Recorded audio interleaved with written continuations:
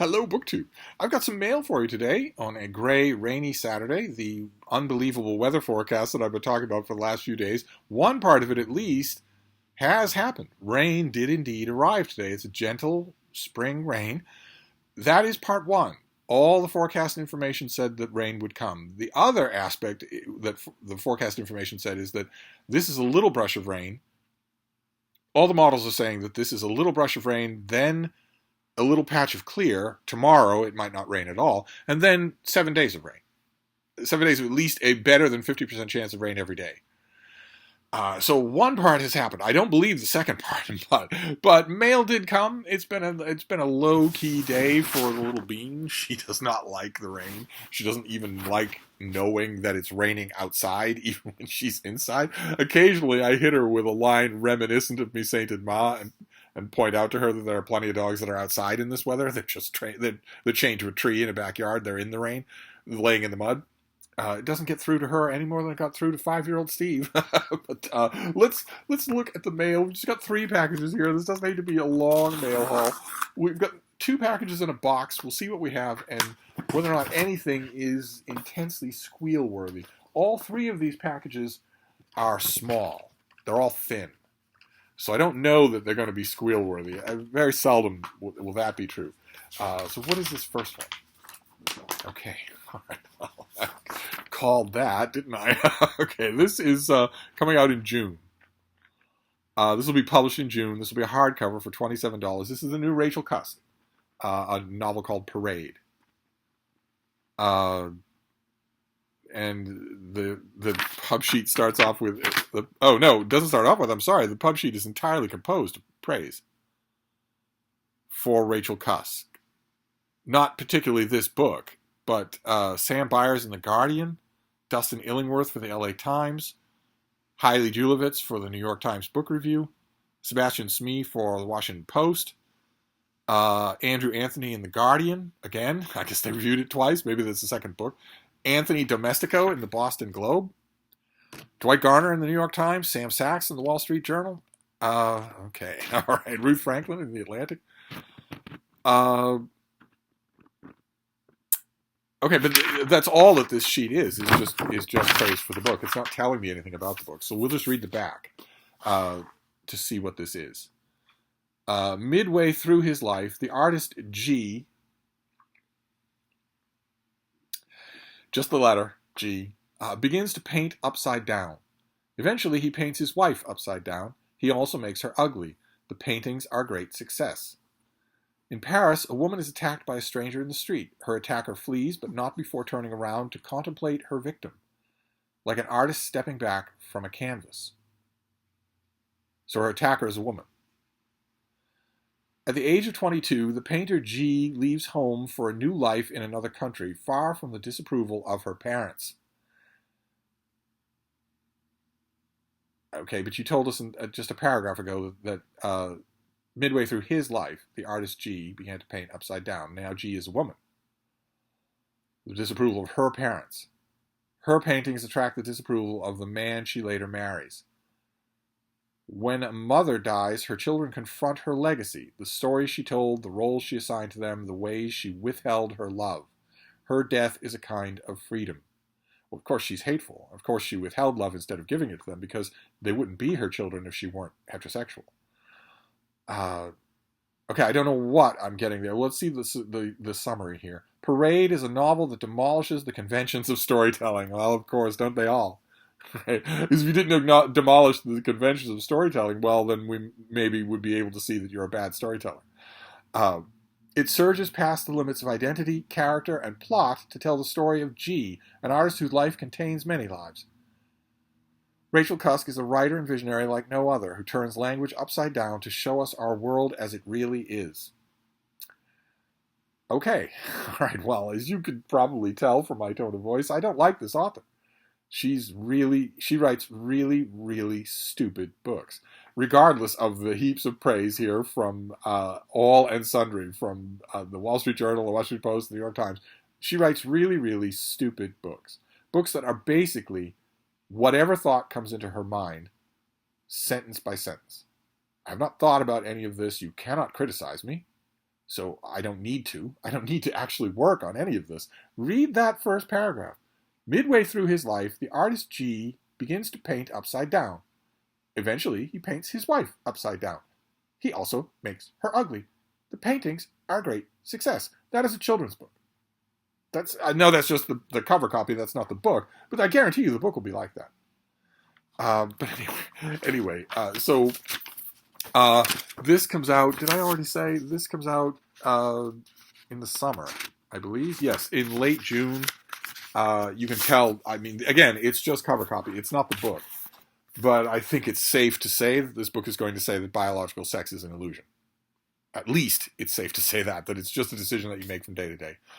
We shall see, though. I don't have to worry about it because it's a long way off. I don't even have to preliminarily read it because it's a long way off. I'll get to it in the summer, and we're not in the summer yet, despite what this winter has felt like. So let's just move on to the next one. It's a thin thing, whatever it is. It's a finished copy. Oh, okay, good. All right, I need to get to this. Oh, I'll read this tonight because this is tiny. Yeah, this is 100 pages. So I'll read this tonight because I should have read this already. This is a March release, I believe. This is the finished copy of something we've already seen. This is Adam Phillips on Giving Up.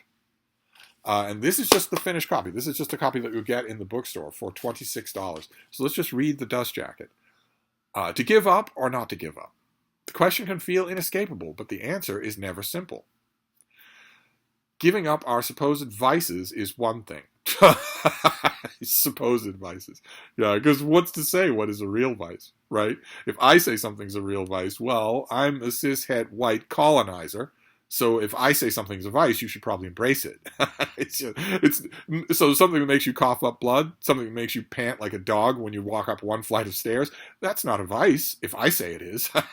Yeah, supposed vices is one thing. And show me anybody who's given them up. Show me anybody born in the 21st century who's ever given up a vice. Giving up on life itself is quite another. One form of self-sacrifice feels positive, something to admire and aspire to. Bloody hell, it does. Not in the 21st century. They're avidly embraced. Every person born in the 21st century lives to vape. They do it nonstop, except when they're on camera in a venue where it's not encouraged. Otherwise, all the time.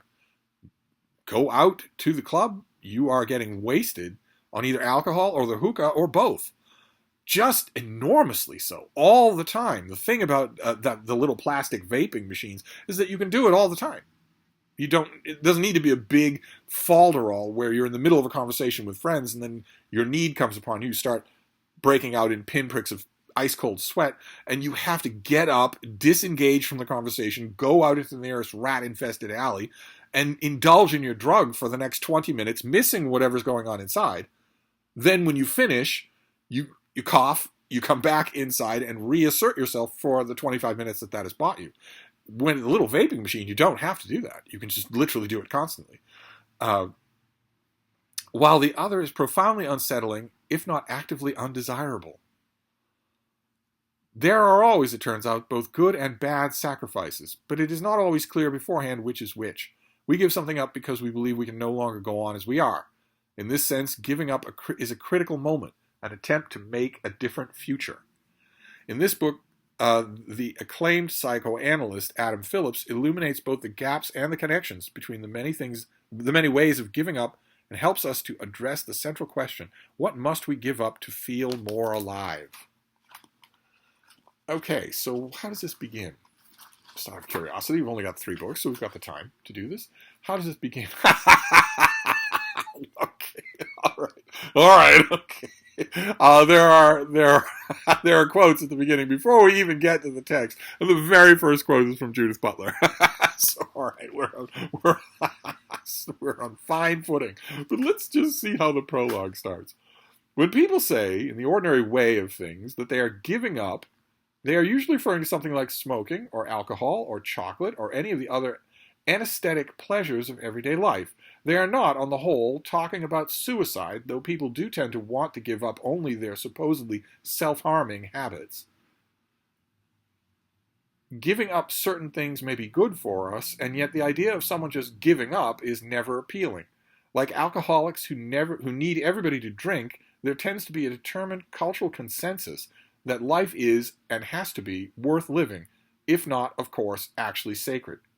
Notice how many times the author is interrupting himself with all these phlegmy, leather elbow patch throat clearings and clarifications. They're everywhere. They're absolutely everywhere. We got in the first line, in the ordinary way of things. There are, to put it as simply as possible, there he goes again, to put it as simply as possible, why not just put it? Do you have readers for your book or not? Are you talking to children or are you not? But no, he's got to interrupt himself several times in every sentence, tons of parentheses as well. There are, to put it as simply as possible, what turns out to be good and bad sacrifices. Then another clarification. And sacrifice creates the illusion, or reassures us, that we can choose our losses. There is the giving up that we can admire and aspire to, and the giving up that profoundly unsettles us. What, for example, does real hope and real despair require us to relinquish? What exactly do we imagine we are doing when we give something up?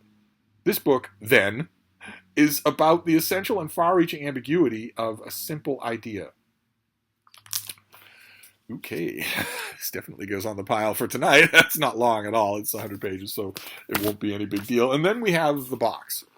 And then we'll be done. I guess that this rainy Saturday is my day for drizzling critiques over everything I talk about. I just, for those of you who are not going to watch it, I know that not all of you watch all of my videos. I did a comic book review. I filmed a comic book review today as well, Conan comic book. I intended it to be 20 minutes long because the two other BookTube channels that reviewed it, Michael K. Vaughan and McNulty's Book Corral, both gave it about 20 minutes. And honestly, looking back, 20 minutes is about what it deserves. But I lost control.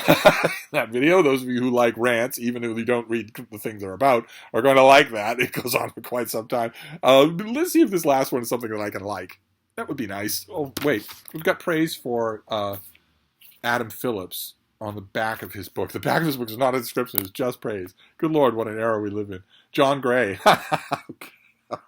Sooner or later, I will turn Joe Spivey loose on John Gray. I've already done it myself. Sooner or later, I will give him the pleasure. As soon as the next time he writes a book and puts his head above the parapet, I will let Joe Spivey loose on him. Andrew Solomon, James Urquhart, Catherine O'Brien, and John Banville. John Banville says that Adam Phillips is one of the finest prose stylists of work in the language, an Emerson for our time. Okay. Okay. Well, it could end up being true. I don't know that. What is this? Oh, fantastic. All right, we are saved. We are absolutely saved. Oh, look at this thing. Oh, my God. All right. All right, we go from books that are not Steve books. Rachel Cusk is not a Steve author. I will try to remember to link to anything that I've written about her. I think I've written about Adam Phillips as well. But our next book is from the folks at Oxford. Bless their nerdy souls. This is by Ruth Anhert and Sebastian Anhert, and it is called Tudor Networks of Power. And it is, to put it mildly, scholarly. This is not, look at those footnotes. This is not Tudor popular history at all. I'm not mocking Tudor popular history. There's plenty of it, and a lot of it is very good. But this is not meant for that. If I remember correctly, my initial exchange with the publicist actually wanted to make sure. The publicist, she almost came out and said, "Are you sure you want this book? You do know what it is, right? It's extremely academic." I definitely did. Let's read about it. Let's read the dust jacket. This is Oxford University Press. University Press books tend not to have prices on them, printed on them. But I bet this is eye-wateringly expensive. Not as expensive as we've seen. That Tolkien box set that I got was probably very expensive. The 2-volume Taft Court Decisions is probably over $200. This will still be expensive, and it won't be in your bookstore. If this strikes you as a must-have book, you're going to need to go to your bookstore and order it. And even then, I don't know. Not every bookstore will be able to get this, but let's see what we have here. Oh, no. Oh, the inside dust jacket has the author's bios. What about a description of the book? Oh, okay, we'll do that. That's on the back here. Okay. Tudor Networks of Power. Oh, how wonderful. Is the product of a groundbreaking collaboration between the early modern book historian and a physicist specializing in complex networks. Together, they have reconstructed and computationally analyzed the networks of intelligence, diplomacy, and political influence across a century of Tudor history, from 1509 to 1603. What on earth? Based on the British State Papers. All right, so then they are shooing historians of any kind. Let's just look at the papers. Whose names come up, how often, and in connection with who else's names. We don't want to know what Trevelyan says about any of this. We don't want to know what Elton says about any of this. Okay. You're not going to get out in a popular history. Like, do I have one? Yeah, I do. I have one right here. This is also brand new. This is popular Tudor history. And here, this is not just based on British state papers, because the historian is going to want to draw on the insights of and challenge the insights of other historians. Not so here. Let's admit, those of you who like reading history, there's an enormous draw. There's an enormous attraction to both those approaches. The 130,000 letters that survive in the state papers from the Tudor era provide crucial information about the textual organization of the social network centered on the Tudor government. Whole libraries have been written using this archive, but until now, nobody has had access to the macroscopic tools that allow us to ask questions such as, what are the reasons for the structure of the Tudor government's intelligence network? What was its geographical reach and coverage? Can we use network data to show patterns of surveillance? What role did women play in these government networks? And what biases are there in the data? Okay, well, all right, okay, all right. I'm not gonna ruin the moment, but there's one of those questions that doesn't belong, obviously, in that list. There's one question that's politically motivated and socially motivated instead of data motivated, but it's still a legitimate question. I just wonder though, we were 130,000 letters in the state archives, in the state papers. Not all of those letters, nor even half of them, deal with just espionage, but that seems to be the emphasis here. The authors employ methods from the field of network science, translating key concepts and approaches into a language accessible to literary scholars and historians, and illustrating them with examples drawn from this fantastically rich archive. Each chapter is the product of a set of thematically organized experiments which show how particular methods can help to ask and answer research questions specific to the state papers archive, but also have the applications for other large bodies of humanities data. How amazing. How amazing. I guess all the state papers are digitized, right? They're all multiply searchable. The fundamental aim of this book, therefore, is not merely to provide an innovative perspective on Tudor politics. It also aspires to introduce an entirely new audience to the methods and applications of network science, and to suggest the suitability of these methods for a range of humanistic inquiry. I can see the uses for this kind of inquiry. Automatically you start thinking of the other major archives. Imagine taking this approach to the Vatican archives, or the gigantic archives in the Medici Library. Who knows what kind of inferences, what kind of dots you could connect that no historian, a human historian working off index cards and writing all this stuff down on a laptop would miss. Okay, all right. Well, I am definitely on board here. The only thing that's going to hurt this. Oh my God! Look at this. Here, I got to show you this. The disambiguation engine. There's the code that actually governs it, but I got to show you this illustration. I just flew by it here. These are the kinds of illustrations that you're getting, showing you network data. Oh my God, look at that. Oh my God. Fantastic. Absolutely fantastic. All right, so I think this is out already, and no one's going to read it but me. The authors, the authors' families, some of their computational science colleagues, but no general interest reader but me is going to read this thing. It's not going to be sent to books. It's not going to be sent to book sections at newspapers.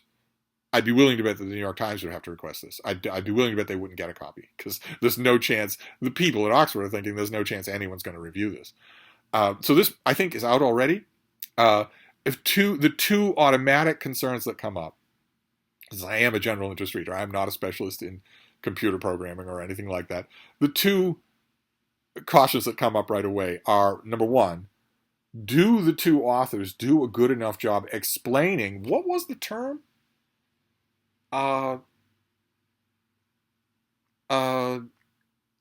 Network studies, network science. Do the two authors do a good enough job explaining what network science is to me? That's obstacle number one. If they don't do that, then I'm going to be lost throughout this whole book, no matter how well I know the Tudor era.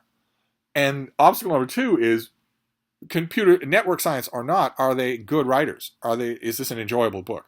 Because let's keep in mind that falderall about academic audiences and fellow historians notwithstanding, the only goal of any book is to be enjoyable. If it's not enjoyable, it's a bad book. So that's obstacle number 2, is even if they explain network science correctly to me, am I going to be bored by this book? I find it hard to believe. I know all the players in Tudor networks of power. Oh, man. Okay, well, fortunately, this is not long either, although I have a suspicion this is going to take a long time to read. So we got 3 very small books. This will not go on the pile for tonight because it's way, way down the line. Both of these, I think, will. I think will. I'm working my way a little bit faster than I thought through that last Brattle haul that I did, specifically this thing, which has been really pulling at my time. So there are older things involved in tonight's reading, but I think these 2 things have just elbowed their way to the front of the queue. Fantastic. All right, well, that's the mail. It's pouring rain. I don't think there's going to be any mail later tonight. I doubt there'll be a mail haul tomorrow. And I may, that earlier rant that I did, that earlier rant video was well over an hour long. I may have to curtail the videos for today to make up for that, to make up some tailwind here, because I've got a lot of other things to do that have to be done piecemeal, and they have to be done in installments so that they are ready to be fired off on Start a Business on Monday. I can't just leave all of that for Monday morning.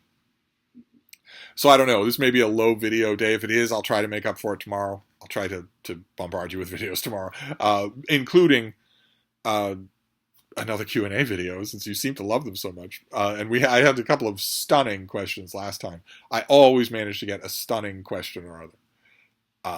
All good questions, but a couple of them genuinely stopping in my tracks, either because they're really funny or because they show that some of you are spending way too much time thinking about your sexy influencer. But anyway, I'm going to wrap this up for now. That this mail haul was pulled out of a nosedive. We were hit with Rachel Cusk and then 21st century Zoomer anomy being elevated to the status of philosophical justification. Don't feel like getting out of bed for 4 days except playing video games and vaping?